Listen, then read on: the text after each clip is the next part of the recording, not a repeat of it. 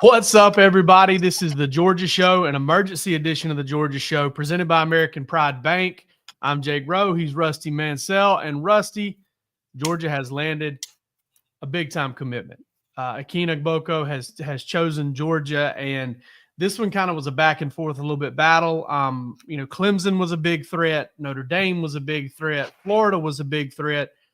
But at the end of the day, kind of the familiarity and the opportunity to watch two of your, two guys, two kids from the same family kind of play on the same team probably played a big factor in this.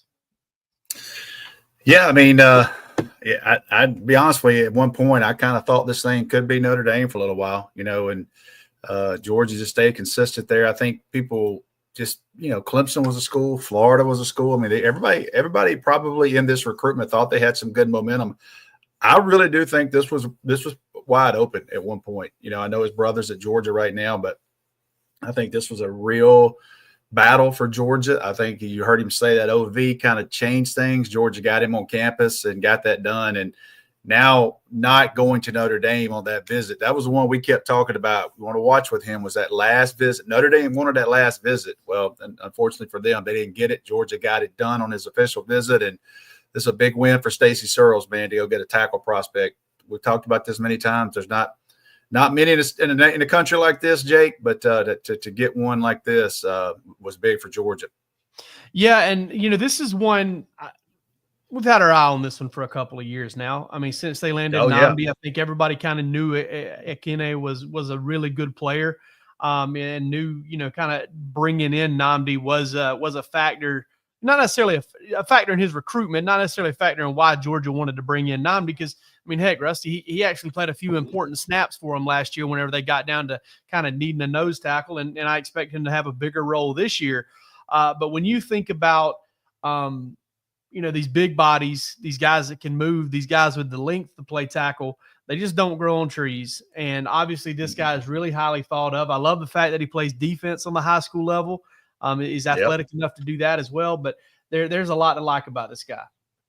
Yeah, look at that big dude out in space. Poor 21 there is about to get a soccer sign-up hit on him to where he's not going to play football anymore. But look, he's flexible. He can bend. He's 6'6". I think he 34, right at 34-inch arm. That's the Mendoza line. That's where you want your tackles to be at. And he's a left tackle type prospect. Now, it doesn't mean he's only going to play left tackle, but he's certainly, he is a tackle either way. I hate doing that left tackle, right tackle stuff because me too. People act like that's like the end of the world. It's not. I mean, there's so many people that play offensive tackle that are first round draft picks. So if you look at those types of things, obviously in high school, there's no question that guy's your best option to play left tackle, protect the blind side. So we'll see where he ends up for Georgia, but he's definitely one of these elite tackle prospects. You just have to have him. I love that, Jake. I did not know that he played defense too. I love that. Yeah. And just it's leverage. It teaches you all kind of different things playing both sides of the ball. Yeah, how to use your hands. How to be a handsy football. Yep. I went and saw Andrew Thomas, and I've told this story a million times. I went and saw Andrew Thomas play Lovett. He's at a private school, Pace Academy. He goes and plays these kids that are much smaller than him. And I remember him struggling in the second quarter because he was gassed. And I was like, oh, boy, man, this guy, then he comes out to the All-American Bowl in San Antonio and he only plays offense. I was like, oh, wait a minute. Okay. This dude's super freak. So, those guys, a lot of those guys don't play both ways because they get winded, in high school football. But to see him do that, you really like that, and it shows that he likes it and gets after it and has a motor. Yeah, it kind of probably changed your maybe opinion at that point, kind of about watching offense and defense. It's like, when forever. Yeah, no doubt. Forever. These guys are big. They carry around a lot of weight. They're not in the same shape that a DB is. They don't have to run like that. And whenever they don't come off the field, they kind of lose a little bit of that. And honestly, Ekene is not really the biggest guy in the world. Like, he's not a 330 pounder. We see Georgia recruit a lot of 330-pound linemen, and that's probably a big reason why, is because he plays both ways. He has to condition for both ways. Probably isn't in the shape he's going to be in 2-3 years from now. Almost certainly isn't by the time Scott Sinclair gets him into those team runs. But that's a big factor in kind of where he's at as a prospect. But the thing I really like about him, Rusty, is he's put together in such a way that you like an offensive side. You like length, you like all these things, but there's some specifics you're looking for. You know, the high hip guys, the long arm guys, the short torso, the big hands. He's just kind of got all of that, and he's a big, he's an athlete. And that's kind of, you see him bend all over film, but wide base, narrow base, all this stuff, and kind of recover, body control. I'm not saying he's the best offensive tackle prospect in the class, but listen, if you're gonna miss on Jackson Cantwell for the reasons they missed on Jackson Cantwell, you need to land guys like this. Had an NFL scout tell me one time, I'm looking for a dancing bear. Yeah, and it doesn't have to be a mauler every time. I need a guy that can bend. I need a guy that can mirror that defensive end and stay in front of him for 3.5 seconds. I need a dancing bear. I see nothing with him that tells me there's any kind of concern. And you see why these schools got involved with him. And, he had – don't tell how many offers he had. When you get down to this point, you got committable offers. That says a lot too. I mean, it's crunch time. We're, getting closer to the second part of June here. And boards are filling up everywhere, and all 4 of those schools, in my opinion, would have taken him had he called this morning and say, I want to go. They would have found a way to take him. No doubt. And Rusty, check it out. Georgia, lo and behold, has the number 3 class in the country, the number 2 class in the SEC. You see 18 commitments there, and that's kind of more. I mean, 2 of those are specialists, man. 2 of those are, for all intents and purposes, you can say Georgia has 16 commitments because those 2 specialists just aren't boosting anything. Hey, come on now. Come on. Don't do that I'm just saying from a rankings perspective. I didn't say Rusty's rankings. For Rusty's rankings, he's got 2 specialists. Careful. One class. Careful now. Careful. Hey, listen. I'll give you $20. I'll Venmo you $20 right now if you can say that kicker's first and last name. I don't want to. It's so special to me. I don't want to butcher it right now. I've been practicing for a couple of days, and when I make that announcement, I want it to be right. You don't get a second chance on the first impression. Okay, all right. We may do a whole live on that one. Let me pronounce it. I just now got a Kenny here. Ogboko. It just took me 2 years to get his name right. Oh, don't worry. I called him Ekene for like 18 months. So it wasn't until about 2 weeks ago that Jake Roos called and said, "Hey, do you know how to pronounce this kid's name?" And I was like, "No." And he said it, and I go, "Oh, okay. There we go." Yeah. We got some names to pronounce, man, between him and no doubt, man. Elo Mendoza, not Elo, all that stuff. There's a lot to get into. But Georgia with the number 3 class. You're sitting there with 12 prospects with a 4-star rating or higher. Now they've got 6 guys inside the top 100. Very, very real chance Vance Spafford doesn't end up in this class. Also, very real chance Vance Spafford doesn't end up a top 100 recruit because of when you look in a guy's kind of is top 100 by a couple of teams and isn't a couple of sites is not by a couple of other sites. Who knows where he's going to finish? But listen, that's a top 3 class here in June. And there seems to be some meat on the bone, both on the offensive line, Rusty, and when it comes to just this class in general. A lot of decisions coming up soon. Yeah, man. We're sitting here at Kamari Brooks next Monday. I think Jay Lamar is going to be in Athens this weekend. Then he's got an announcement next Wednesday. Craig Dandridge is next Wednesday. There's so many coming up in the next. Malachi Lee, I believe, is on the Malachi Lee. Yeah, there's so many decisions coming up in the next 10 days that we're going to have to do a run-in, do a sticky on the old the dog walk to give everybody a reminder how many's coming up. I'm sitting here texting with players and kids that aren't even going to Georgia, not recruiting, are trying to do their announcements on 3. So I'm trying to help kids in the state of Georgia and we're trying to fit them in. We got so many going. So it's that time of year for sure.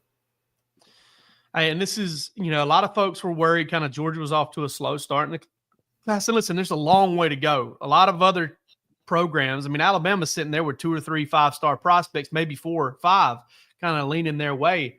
But you look, and this is what Georgia has done in the past, I want to say month, Rusty, or kind of month and a half.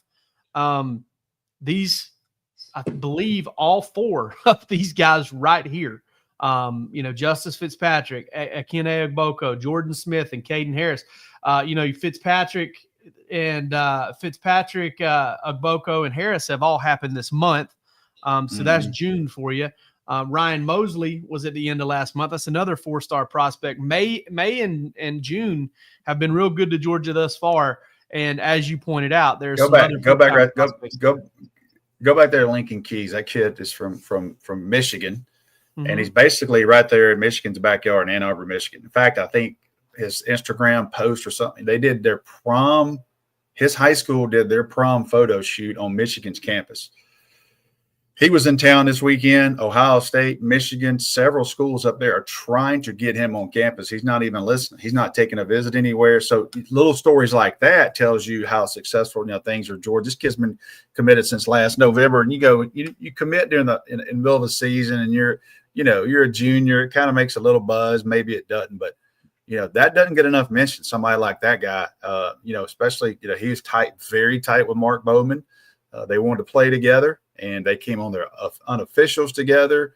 And matter of fact, the other day when Lincoln Keys posted his pictures, Mark Bowman, reposted them for him. So little things like that don't get enough attention with somebody like Lincoln Keys staying consistent, staying, true to his word, commitment, and not listening to the schools closer to him. He's coming to Georgia to play for Todd Hartley.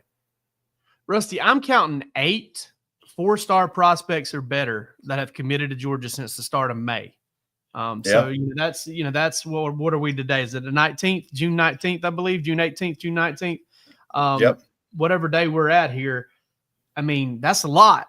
That is a lot. 18th. And then you throw on top of that I think a handful of those guys have shut it down as well. You've had, Caden Harris said he wanted to lock it down when he committed. Jordan Smith, Justice Fitzpatrick, Jared Curtis, Brady Marchese. There have been several guys that have said, I'm done. I'm done with it. So right now, one quick thing on the O-line. I believe Malachi Lee is going to be coming up with a decision here at the end of the month. Georgia's had him on campus twice this spring and early summer. They went to see him twice this spring and early summer.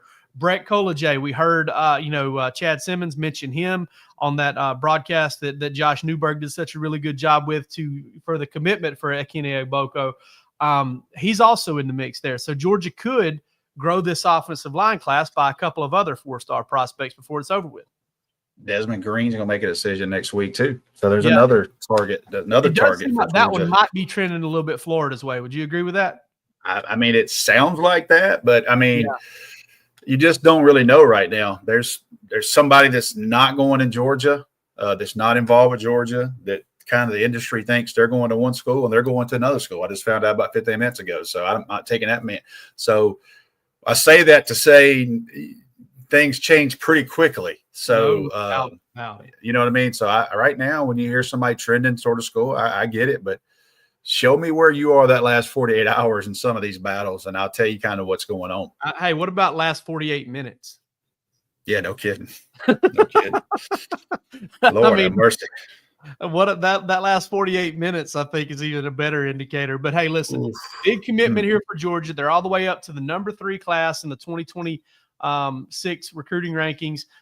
They now have 4 offensive line committed. 2 of them are 4-star prospects. 2 of them are 3-star prospects, with Zyke Helton being one of those 3-star guys that has some 4-star love. So we'll see how that one finishes. But kind of rolling right now, and some big decisions upcoming. Keep up with us here at Dawgs HQ, the channel, the website. Thank you so much to our presenting sponsor, to every single Georgia show, American Pride Bank. We appreciate. I saw that Athens the other day, American Pride Bank. I saw it right there on the hill, there. Dude. It stands out, man.